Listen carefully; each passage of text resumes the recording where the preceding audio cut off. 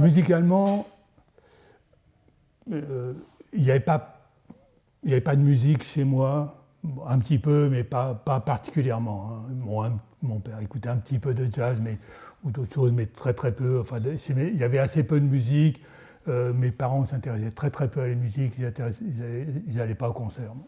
Donc les premières choses que j'ai pu écouter, adolescent, disons que c'était le rock qui sortait à l'époque, etc. Bon. Et 68, j'avais 14 ans en 68, donc j'étais un peu jeune, mais je sais que j'allais avec mon frère, on avait du temps libre à ce moment-là. On allait au Puce aussi acheter des disques. Il y a beaucoup de disquaires au Puce, donc c'est le rock qu'on pouvait écouter à cette époque-là. Un peu plus,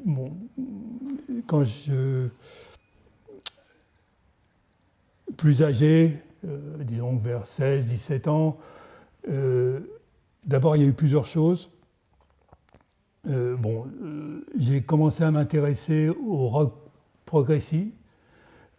C'était Soft Machine, Enrico, les Cream, d'autres choses.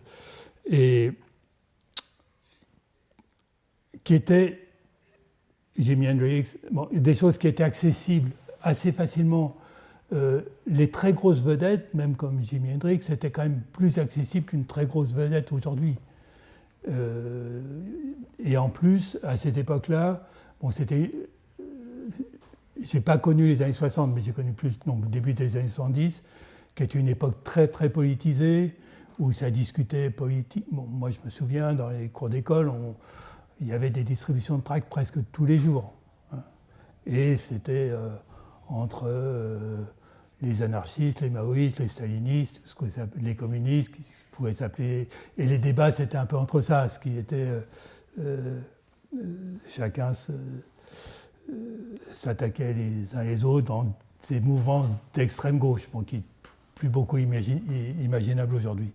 Et à côté de ça, il y avait tous ces partis politiques ou mouvements politiques faisaient énormément de fêtes.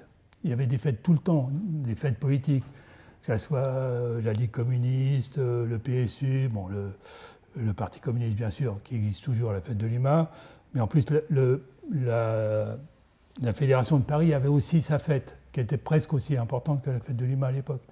Et dans ces fêtes passaient effectivement des groupes de rock progressif, des chanteurs engagés, beaucoup de chanteurs engagés, et des musiciens de free jazz.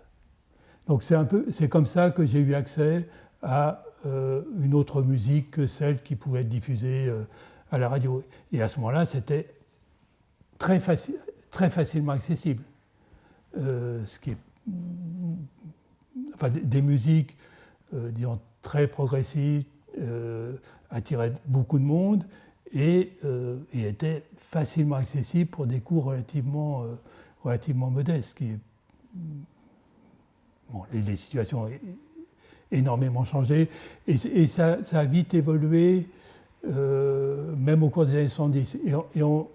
Ce que j'ai vu aussi, c'est que le rock progressif a assez vite disparu parce que ça avait du succès et les majors ont très vite essayé de formater les groupes de rock. Donc on a vu très vite qu'à partir de la fin des années 70, il n'y avait plus de place pour ce rock progressiste. Et donc à ce moment-là, je me suis effectivement beaucoup plus intéressé au jazz. Et à l'époque, c'était beaucoup le free jazz. Le premier concert de jazz où je suis allé, c'est un concert de free jazz. Le tout premier où je suis allé. Et effectivement, mais par hasard, je ne connaissais pas. J'ai vu un article dans l'IB qui était autre chose que ce qu'est aujourd'hui. À l'époque, l'IB aussi avait des fêtes aussi 2 fois par an. L'IB faisait une fête pour se renflouer, quoi. Et bon, aujourd'hui, c'est autre chose. Mais bon.